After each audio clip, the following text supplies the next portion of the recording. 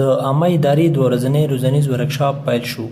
نن ورځ لغمان ولایت کې د USAID اصلاح ادارې په مالي او تخنیکي همکارۍ سره د محلي ادارې د بېلابېلو ریاستونو د 25 کارکوونکو لپاره د عامه ادارې د ورځني روزنیز ورکشاپ پیل شو.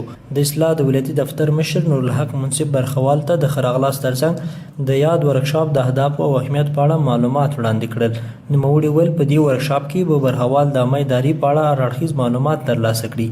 نوموړي زیاته کړه چې اصلاح په لغمان ولایت کې د محلي ادارو د تقویت په بېلابېلو برخو کې ګټور پروګرامونه پلي کړي چې ښې پایلې او لاسته راوړنې لري. منصف د ولایت مقام او ټولو ریاستونو له هراړخیزې همکارۍ څخه مننه وکړه.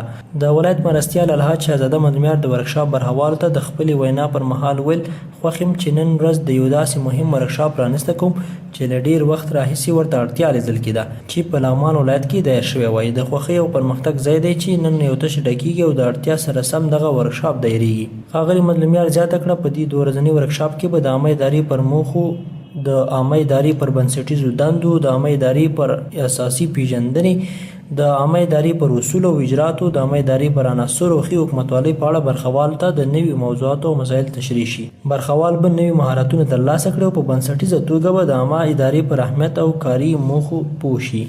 د ولایت مرستیال زیاته کړه غواړم چې د USAID اصلاح ولایتي دفتر څخه د زړه له کومې مننه وکړم چې په تېرو 2 کالونو کې په دغه ولایت کې په خپلو کاري ساحاتو کې ګټور پروګرامونه تطبیق کړي چې ښې پایلې او لاسته راوړنې لري.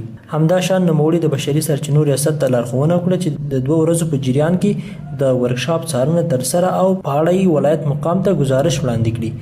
د یادونې وړ ده چې دغه ورکشاپ د سیمه ییزو ارګانونو خپلواک ادارې په هدایت سره په لغمان ولایت کې دایر چې 2 ورځې به دوام وکړي.